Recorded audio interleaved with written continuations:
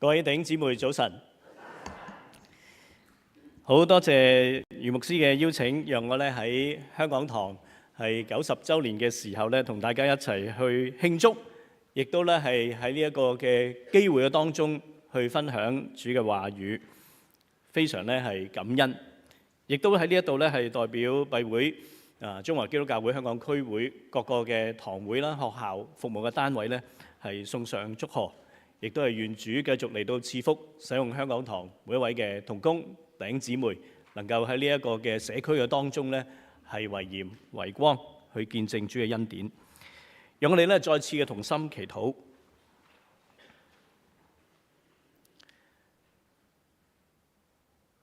願僕人口中嘅言語、弟兄姊妹嘅心思意念，蒙聖靈嘅啟迪，蒙主嘅悅納。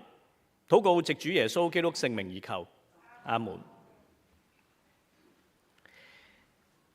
喺琴晚嘅培靈崇拜嘅當中，可能有啲弟兄姊妹就喺現場參與啦，有啲可能咧就喺網上嚟到去睇啦。咁我咧就選咗出埃及記嘅20章8至到11節，同大家分享一個題目，係享安息，凡有氣息，皆得釋放。原來咧喺遵守安息日呢一個誡命嘅時候，唔單單咧係個人去守呢一個嘅安息日，去享受安息。喺經文喺誡命嘅裏邊好清楚嘅講到，連僕婢、牲畜喺嗰個地方寄居嘅客旅，無一遺漏。所有嘅凡有生命氣息嘅活物，都一齊嚟到去享受上帝俾我哋一份極大嘅禮物，就係安息。咁咧就喺琴晚咧，我亦都提到啦，喺今日會講一啲咧就係琴晚未講完嘅嘢。其中一個咧就係今日我哋讀嘅呢一段經文，希伯來書第4章嘅1至到11節，同埋咧亦都分享下我自己一啲咧好實際嘅經驗。上帝好想我哋去經驗嘅安息，就係今日呢一個主題，不再勞碌，心滿意足。忙碌似乎咧都係我哋生活嘅標記。咁好多嘅認識我嘅同工或者弟兄姊妹咧，都會講啊，黃牧師你真係好忙。有陣時會覺得好似係，但係諗諗下，其實又都唔算係。咁起碼咧，我都會有自己一啲嘅時間空間。咁啊，當然咧，除咗係俾自己咧，亦都要俾屋企人啦。咁仲有一啲咧，我喺生命嘅當中認為好重要嘅一啲嘅人咧，點樣我都要爭取一啲空間，唔去咧忙碌到一個地步，冇咗自己，冇咗家人，冇咗朋友咁樣，我唔相信係上帝好喜歡、好想見到我哋一個嘅狀況。但係在職嘅人士就會發現，真係好忙碌。如果閒着冇事做嘅話，即係代表咩呢？即係代表你係冗員，咁啊結果好大件事啦，係咪？咁退休嘅人士係咪又一定好得閒嘅呢？又唔一定喎，已經話唔係啦。我認識咧好多嘅弟兄姊妹，佢哋係退休人士，佢哋嗰啲嘅日程咧係排到密密麻麻嘅。咁所以咧，同啲退休人士約開會咧，其實好似仲難過咧，同在職嘅人士去約開會嘅。佢哋嘅生活咧多姿多彩，上天入地下海，乜都齊晒。咁所以咧係非常之忙。仲有，如果要湊孫嘅話咧，就更忙。咁我相信咧，可能喺在座當中唔少嘅弟兄姊妹咧都有咁樣嘅經驗。喺教會嘅裏邊，我哋同樣咧都係好忙碌。我哋忙於咧各種各式嘅侍奉，仲會咧參與唔同嘅聚會，咁所以咧都係相當嘅忙碌。但係問題，咁樣嘅忙法係反映咗乜嘢嘅狀況呢？我就唔想咧將呢一個嘅忙碌嘅現象將佢普遍化，但係我估咧有唔少嘅人，包括基督徒在內啦，我哋咧都會喺不自覺嘅當中用忙碌去證明自己嗰個存在嘅價值。即係如果我係一個閒人嘅話咧，就好似唔係好重要，好似咧就會不被重視。咁所以咧喺個忙碌嘅裏邊咧，係去肯定自己仍然咧係有價值，甚至乎我哋喺教會呢個堂慶嘅時候講安息嚇，作為一個嘅焦點之一啊嘛。好啦，咁當諗安息嘅時候咧，好快脆又會跳入一個咁樣嘅我哋叫循環嘅裏邊。我哋做啲乜嘢嘢可以得到安息咧？繼續都係做喎，用咧忙碌去做一啲嘅嘢，然之後得到安息。其實呢一個咧係一個好大嘅矛盾，因為喺琴日我哋要提到啦，安息係講停低落嚟，放低你嘅工作。上帝喺6日嘅創造嘅工作嘅裏邊，佢睇到一切都係做得好美好，所以到第7日唔需要再做任何嘅嘢，放低工作去享受呢一個創造嘅美好。咁所以咧，當我哋諗安息嘅時候，我哋又唔好跳入一個咁樣嘅循環嘅裏邊，又再想去做一啲嘅嘢。當然，其實仍然都有嘢做。不過係一個咧好唔同嘅狀態，係一個咧好唔同嘅諗法。可以咁講，我哋咧經常想做一啲嘅嘢咧，唔係一種錯誤嘅事，因為實在嚇喺整個創造嘅裏邊，6天都係咧工作嘅，只係得1天咧係安息嘅，所以大部分嘅時間咧都真係咧喺一個做嘢嘅裏邊。但係如果我哋進入今日呢一段嘅經文，希伯來書第4章11節，我哋去睇下。喺呢段經文嘅裏邊，話俾我哋聽，有一個安息日嘅安息係為上帝嘅子民存留。安息日嘅安息，有啲嘅翻譯佢就叫另外一個嘅安息，即係同我哋嘅想像或者咧我哋嘅認識咧係不一樣嘅。要進入咁樣嘅一種另外嘅安息咧，佢嘅關鍵就係要停止落嚟，唔係去靠自己嘅努力再去做一啲嘅嘢，獲取上帝嘅喜悅。單單信靠上帝已經為我哋做完一切，我哋喺心嘅裏邊就會經驗嗰度嘅滿足同埋喜樂。喺琴晚咧，約略嚟到去讓弟兄姊妹重溫咗安息日誡命係一個咧廣泛性，就我頭先所講啦。所有凡有氣息嘅、有生命嘅，都係喺呢一個安息嗰個禮物嘅當中。然之後延伸到去福音書，耶穌咧好清楚去指出，安息日係為人而設，人唔係為安息日而設。我哋咧唔應該係本末倒置嘅。喺希伯來書嘅裏邊，就將呢一個嘅安息有一個咧更加深嘅含義係去帶出嚟。希伯來書嘅作者首先咧就提醒嗰啲嘅以色列人，佢哋嘅先祖喺曠野嘅裏邊面對一個好大嘅悲劇。個悲劇係乜嘢嘢咧？我相信咧好多弟兄姊妹都知啦。上帝本來應許佢哋可以進入呢一個嘅迦南地，讓以色列人離開奴役，進入安息。呢一個就係希伯來書嘅作者咧，佢講嗰個安息嘅意思啦。佢話但係咧，因為佢哋嘅唔信同埋佢哋嘅心硬，令到舊嘅一代人冇辦法進入呢一個應許之地。咁希伯來書第3章咧就係講呢一樣嘢，而今日我哋睇嘅第4章咧就係接續住喺第3章裏邊所提嘅。昔日上帝嘅應許到今天仍然係有效嘅。佢好希望咧我哋能夠進入呢一個安息。咁我哋咧有冇抓住捉緊呢一個嘅應許呢？喺希伯來書嘅當中，作者咧就話俾我哋聽，真正嘅安息係喺邊度揾到嘅呢？唔喺勞碌嘅裏邊揾到嘅，係喺基督嘅裏邊先至係有呢一個安息。呢一個咧係跟基督嘅救恩有份。如果離開基督嘅救恩，就冇辦法進入呢一個上帝所預備嘅安息。基督嘅救恩唔係靠人嘅努力嚟到去賺取翻嚟嘅。喺人咧未有任何嘅行動之先，基督已經咧為我哋嚟到去犧牲，而我哋得着呢一個嘅救恩，完完全全都係佢嘅恩典，唔係我哋嘅功勞，唔係我哋有幾咁嘅好。呢一個咧係希伯來書嘅作者咧好想提出。喺希伯來書第4章11節裏邊就提醒我哋，務要竭力進入那安息。換言之，好似又係我哋要做一啲嘅嘢，跟住先可以進入安息。咁好似咧就有啲矛盾，同頭先所講嗰啲咧唔太一致喎。希伯來書嘅作者咧，其實唔係要我哋靠人嘅努力嚟到去獲取基督嘅救恩，因為頭先講啦，基督嘅救恩一早已經預備咗啦。個問題就係我哋嘅努力係咩呢？有冇守住呢一個嘅信心去承受基督嘅救恩？個努力就唔係去做一啲咧實際嘅工作，而係講緊點樣去守住呢一個嘅信心。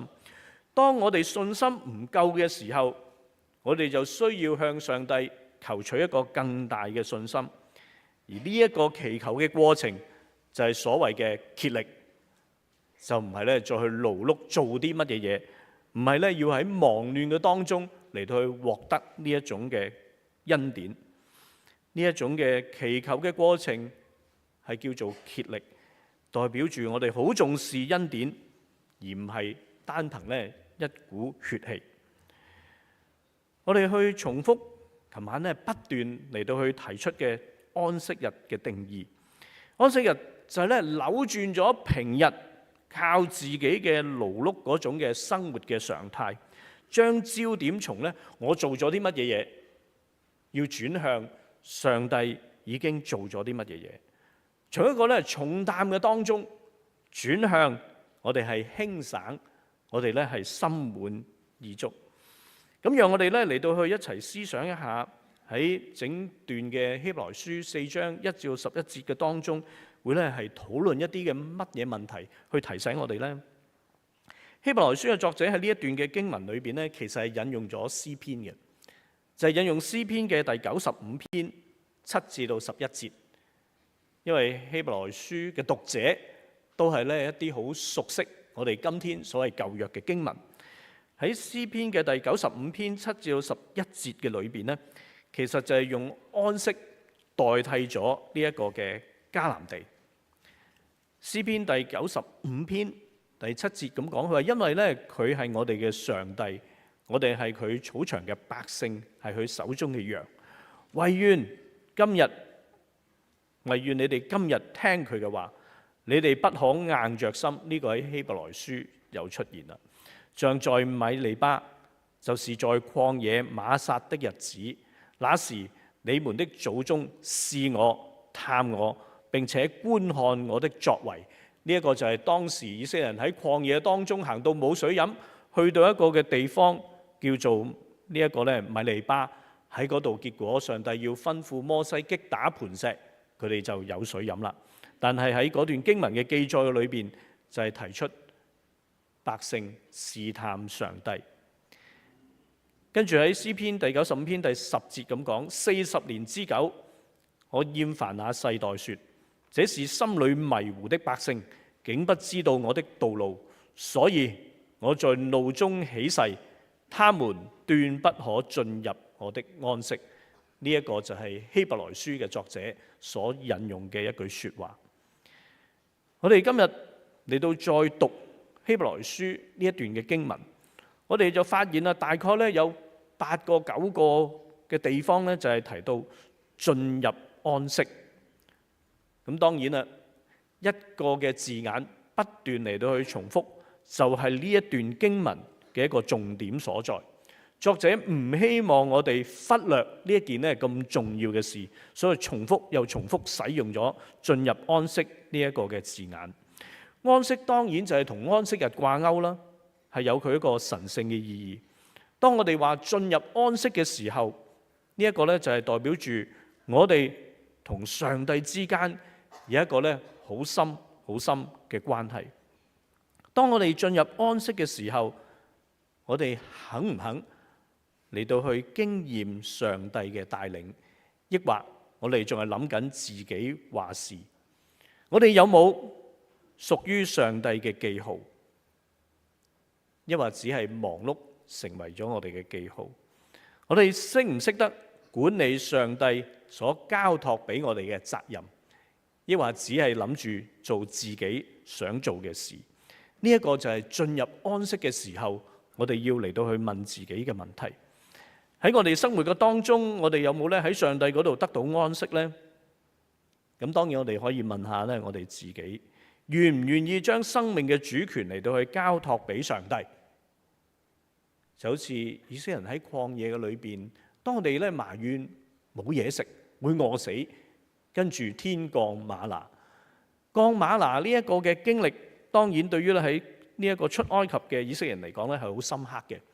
而其中一個深刻係乜嘢嘢呢？就係所有收取嘅嗎哪或者後來有鵪鶉，都只係得6日嘅啫。喺呢一個6日嘅時候，要跟住收取雙份，因為去到安息日嘅時候係冇嘢收取嘅。如果熟悉聖經嘅弟兄姊妹就知啦，有啲嘅人唔聽講，喺安息日走去出去睇下有冇嘢收先，結果出去睇到就係乜都冇嘅。信唔信得過喺冇任何嘅勞碌嘅裏邊，上帝仍然有佢嘅供應呢？呢個供應當然已經係預先俾過佢哋啦。因此喺安息嘅裏邊，讓我哋去想想，我哋有冇將生命嘅主權交喺上帝嘅手裏邊，抑或我哋只係將生命嘅主權交喺自己嘅手上，結果唔能夠享受真正嘅安息。喺經文嘅裏邊，讓我哋去明白進入安息係有啲嘅要訣，其中有3個嘅要訣好重要。第一個咧就係要以信心同埋所聽見嘅道係彼此嘅配合。希伯來書第4章第2節提出咧，第一個唔能夠進入安息嘅原因係因為咧當時嘅以色列人佢哋冇信心同所聽見嘅道彼此嘅配合。呢一段嘅經文明顯咧係針對信徒嚟到去講嘅。喺第1、2節就話啦，既然咧進入佢嘅安息嘅應許依舊存在，我哋就該存畏懼嘅心，免得咧我哋中間有人似乎冇得到安息。因為的確有福音傳俾我哋，好似傳俾佢哋一樣，只係咧所聽見嘅道對佢哋無益，因為佢哋冇以信心與所聽見嘅道配合。同樣都係聽聞福音嘅人，但唔一定咧係可以從福音嘅裏邊得到益處。咁我諗大家都會明白，或者都經驗過，喺你一班嘅朋友嘅當中，可能大家都會有機會嚟到去聽聞福音，特別可能喺教會學校讀書，一定會有咁樣嘅機會啊。但係有啲嘅人會去回應好似你咁樣，但係亦都咧好多你身邊嘅朋友，佢哋卻係無動於衷。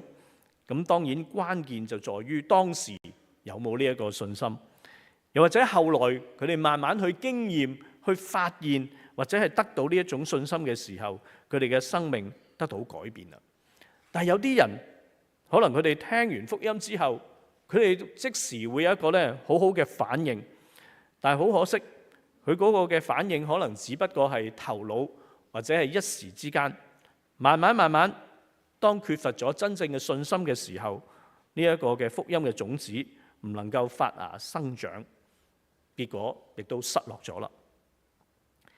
亦有另外一種嘅情況，係今時今日喺唔少嘅教會嘅裏邊，好多嘅信徒嘅當中咧，都出現一種咁樣嘅狀況。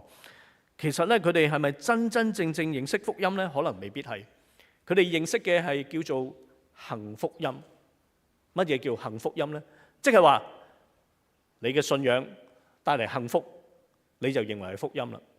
但係如果個信仰睇嚟咧帶嚟好多嘅挑戰，你一定咧會懷疑嘅。咁呢個點可能係福音咧？有咁多嘅問題發生喺我身上喎。因此我哋就會去諗啦。當一個嘅人事事順利，譬如你讀書可以去到好嘅學校，你喺工作嘅裏邊可以咧不斷嚟到去晉升。哇！呢一切就係上帝俾我嘅祝福。咁所以信耶穌真係好啦。但係如果調翻轉，你唔係咧一帆風順，會咧有好多嘅打擊都臨到你嘅身上，你就會嚟到去懷疑啦。究竟上帝係咪真實嘅呢？上帝係咪與我同在呢？上帝咧係咪會保守我嘅呢？其實當呢啲咁樣嘅問題一路出現嘅時候，我哋就會好似當日喺曠野裏邊嘅以色列人。哇！喺埃及幾唔好啊！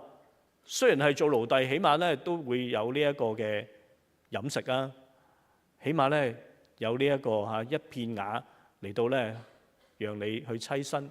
去到曠野呢啲鬼地方，冇水飲，冇嘢食，仲要咧遊離浪蕩，點會係上帝咧同我哋一齊？究竟咧我哋今日所信嘅福音係一種幸福音啊？以為真真正正知道咧，我哋嘅人生喺上帝嘅掌管嘅當中，無論係順境或者係逆境，我哋都知道其實上帝仍然嘅與我哋同在。如果我哋有呢一個信心嚟到去配合我哋所聽見嘅一切，我哋就先至可以進入呢一個安息嘅當中。就算係暴風雨打埋嚟，我哋都知道其實上帝同我哋一齊。剛才詩班同我哋唱呢一首詩歌咧，係非常好嘅。我唔知有幾多嘅弟兄姊妹認識呢一首詩歌。如果你唔係好知道呢一首詩歌佢嗰個背後嘅故事咧，咁啊而家唔好睇住啊！我鼓勵你之後可以去睇下呢個作詞嘅人啊，寫詞嘅人叫斯樸福，佢背後有一個好特別嘅故事，係你都好難想像。一個咧遇到咁大困難嘅人，佢點解仍然可以有一個咁強嘅信心？所以佢嘅詩歌每一次聽咧，我都覺得非常嘅感動。第二樣重要嘅要訣，幫助我哋進入呢個安息嘅裏邊。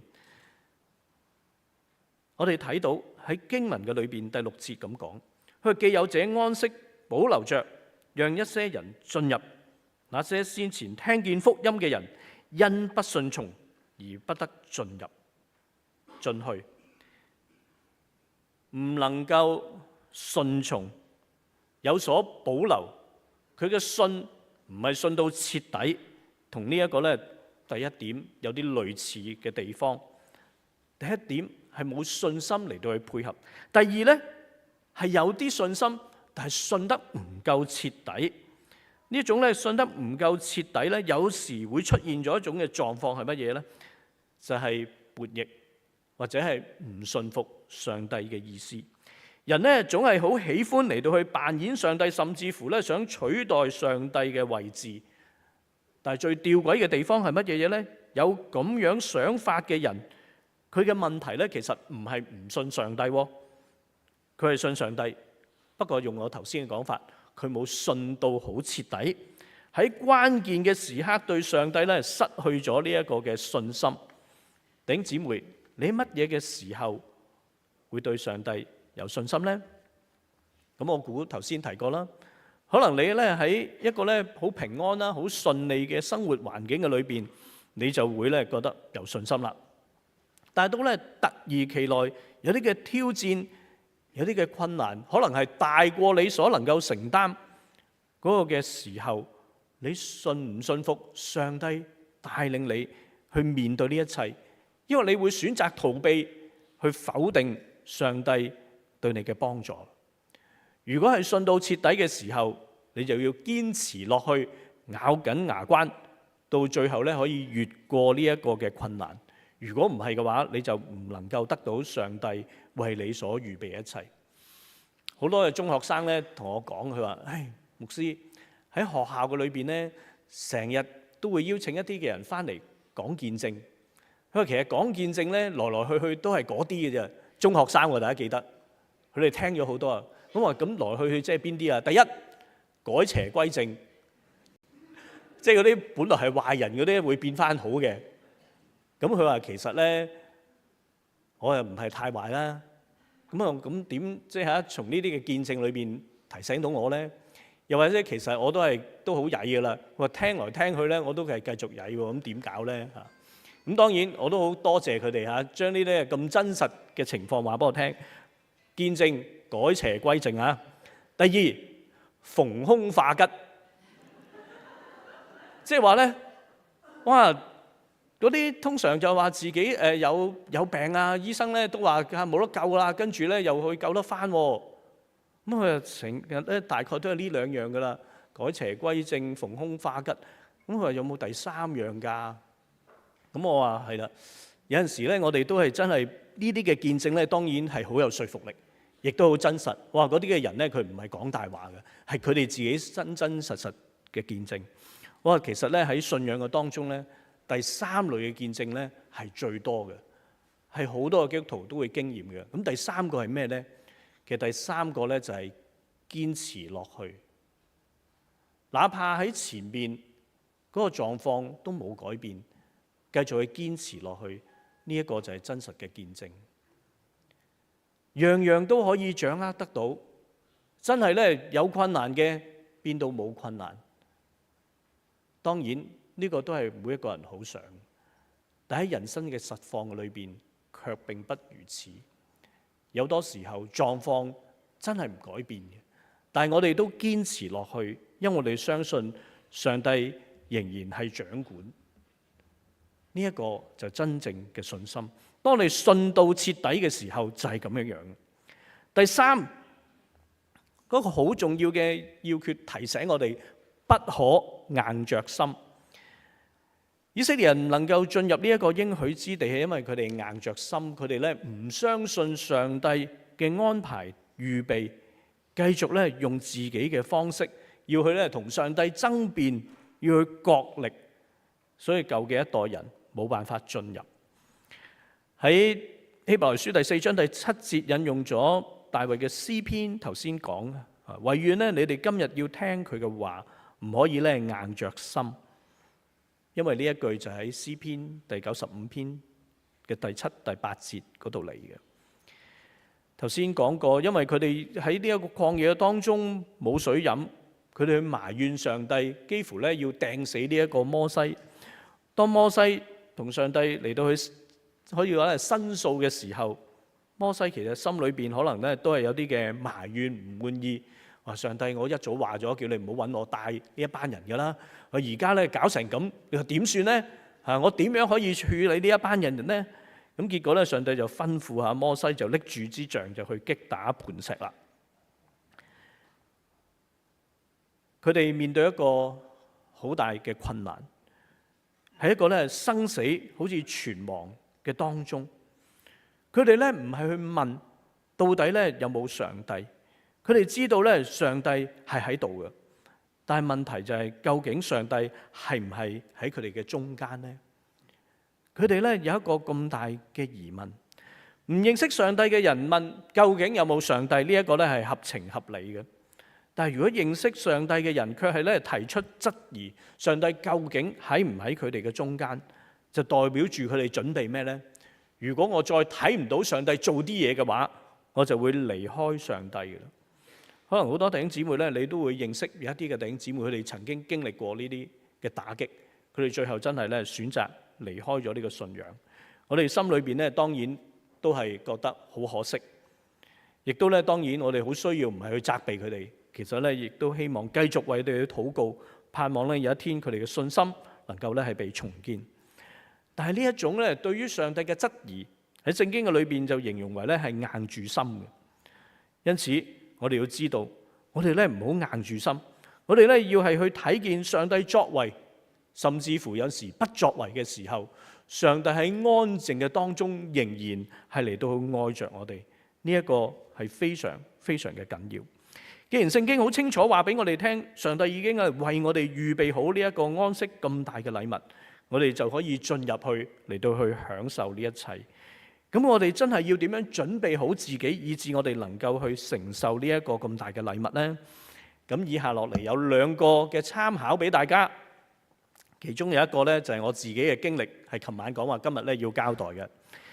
咁先講第一個係人人有份嘅，係咩人人有份呢？我相信咧大部分嘅基督徒咧，認真嘅基督徒都會認為咧，作為基督徒我哋唔可以閒懶噶嘛，我哋咧要殷勤啊嘛，我哋要努力啊嘛。咁呢一個咧係大部分嘅時間都啱嘅，但係亦都有啲嘅時間咧唔使出咁多力嘅。如果唔係嘅話，我哋享受唔到上帝已經為我哋做咗好多嘅嘢。咁我點樣可以預備到自己去承受下呢一啲嘅禮物呢？咁咧我就建議大家做一樣嘢叫做放空，或者咧更加容易啲直接了解叫做發呆。即係咩意思咧？即係唔好諗咁多嘢。因為我哋咧嘅腦海裏邊咧太多嘢去諗到一個嘅地步咧，我哋就錯過咗上帝咧為我哋預備好多好美妙嘅事情，或者咧帶到一啲嘅人喺我哋嘅身邊，我哋都會忽略咗。喺呢一個放空或者發呆嘅時候，我哋唔再想任何嘅嘢，我哋放心將一切嚟到去交俾上帝。咁呢一個咧就係我哋可以進入安息。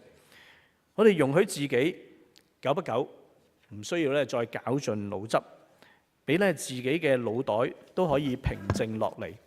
咁咧可以喺乜嘢嘅時間做到咧嚇？我自己嘅嘗試咧就係咁樣嘅。有多人咧搭飛機嘅時候咧，就當然會可能煲劇啊，睇翻啲報紙啊，或者咧可能睇書啊。有啲更加咧就係不斷喺度即係用個電腦趕時間做嘢嘅。咁我自己嘅堅持咧就係第一，唔再睇呢一個文件，因為平時已經睇得好夠啦。亦都咧唔去睇一啲咧好燒腦嘅電影，即係咧要諗好耐嗰啲咧嚇。即係有陣時可能會係好無聊嘅電影，又或者咧就係平時我好想睇，但係咧冇機會睇嘅。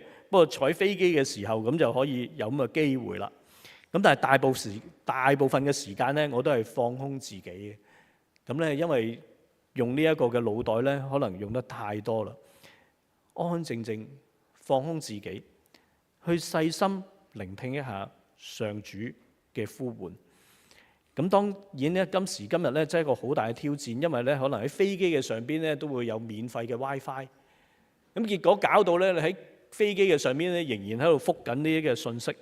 咁我盡量咧，亦都會要求自己咧，唔好咁樣嚟到去做，真係咧放空，以至咧去享受嗰一段好特別嘅時刻。第二樣嘢咧，就係我哋要喺一啲咧叫做習慣或者接受嘅裏邊作出一啲嘅改變。我哋習慣接受咗啲乜嘢嘢咧，就係好難無所事事。原來無所事事就係我哋可以進入安息嘅時間。喺呢幾年，因為咧要擔任自己教會嘅總幹事，我就有咁樣嘅經歷。平日我大部分嘅工作都係離唔開一啲咧同行政管理有關嘅事情，而最傷腦筋嘅，大家都會明白，就係要處理一啲人事嘅問題。處理人事嘅問題去到我面前嗰啲咧，一定唔會係簡單嘅問題。然之後，當有啲嘅同工知道，佢哋就會笑笑口同我講啦：牧師，難先要你做啊嘛，唔難就唔輪到你做啦，其他人可以處理噶啦，難先至要你做。呢一個係好似近排一個樂壇嘅頒獎禮係一個主題，難先至要你做，真係有好多咧自己覺得唔能夠，亦都唔容易去處理嘅問題，就去到自己嘅身上。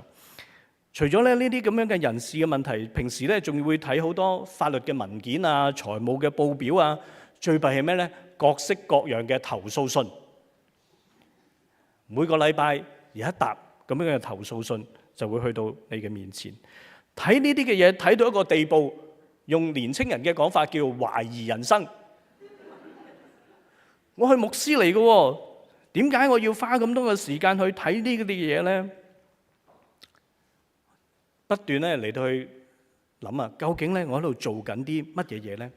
做緊一啲咧其實唔需要係牧師就要可以去做嘅嘢。我點解會咧喺我嘅面前會係處理呢啲咁樣嘅問題，呢啲咁樣嘅文件？結果咧為咗讓自己好清楚知道自己仍然係牧師呢一個身份，我就會去爭取空間，喺每一個嘅主日喺不同嘅教會嚟到去講道。因為牧師其中一個好重要嘅任務係乜嘢呢？就係宣講聖道。第二個任務就係施行聖禮。但係喺平日我係冇咁樣嘅機會嘅。如果我唔講道嘅時候，其實我做牧師仲有啲乜嘢嘅意義呢？所以咧，慢慢我就發現一樣嘢，就係每一次咧，我站喺呢一個台上宣講嘅時候，嗰個咧就係我喺一個禮拜當中最得力嘅時間。所以好感謝余牧師嘅邀請，亦都好感謝大家。我其實而家係好享受㗎，係因為喺咁樣嘅時間，我先知道唔係我自己喺度做緊啲乜嘢嘢，係上帝俾咗啲嘅信息我，亦都讓呢啲嘅信息去到弟兄姊妹嘅當中。呢一個係我最得力嘅時候。換言之，我喺講道嘅時間，我就進入上帝嘅安息，而唔覺得呢一個係勞碌嘅事情。如果呢一個經驗擺咗喺大家嘅身上，喺一個禮拜嘅裏邊，你最多時間係做緊啲乜嘢嘢呢？嗰個係咪你嘅身份係一定要去做嘅呢？抑或其實有啲更加緊要嘅事係等緊你去做，你去忽略咗，或者咧因為其他嘅忙碌，將佢咧壓縮咗，去到一個咧可能好細嘅空間嘅當中。你點樣嚟到去爭取有咁嘅機會嚟到去經驗呢一個咧係不一樣嘅時間，去經驗上帝係加緊力嚟去俾你咧？上帝已經咧為我哋預備好一切，讓我哋可以進入佢嘅安息嘅當中。我哋再唔需要用勞碌去證明我哋嘅價值，因為喺佢嘅眼中，我哋個個都係咁寶貴嘅。我哋需要用信心嚟到去配合所聽見嘅道。我哋信上帝嘅時候，我哋要信到底，唔好硬住心。咁樣樣，我哋有機會可以進入佢嘅安息。容讓我哋咧喺緊湊嘅日程當中，可以有啲放空發呆嘅時間，俾我哋嘅腦筋清醒休息一下，可以咧更加敏銳到上帝咧喺我哋內心嘅説話，亦都爭取空間，可以咧做一啲我哋喜歡嘅事，感覺到咧得力嘅事情，就讓我哋經驗一下，不再勞碌都可以心滿意足。呢一個係上主厚賜俾我哋珍貴嘅禮物，但願我哋每一位弟兄姊妹都可以得着。阿門。